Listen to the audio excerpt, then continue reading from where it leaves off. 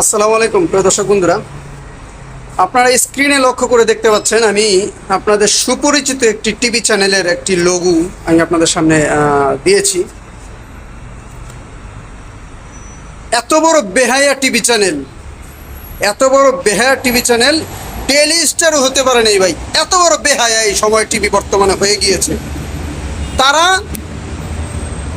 এমন প্রোপাগান্ডা ছড়াচ্ছে তাদের নিউজের মাধ্যমে, অর্থাৎ যারও সন্তান যাদের কোনো পিতৃপরিচয়হীন তারা হচ্ছে এরকম পিতৃপরিচয়হীন মিডিয়ায়, যে 21 এই সময় টিভি, তারা যে কাউকে বাপ বলে ডাকে।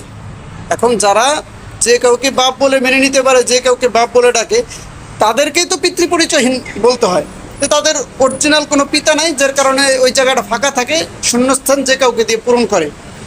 এই হচ্ছে সেই সময় টিভি।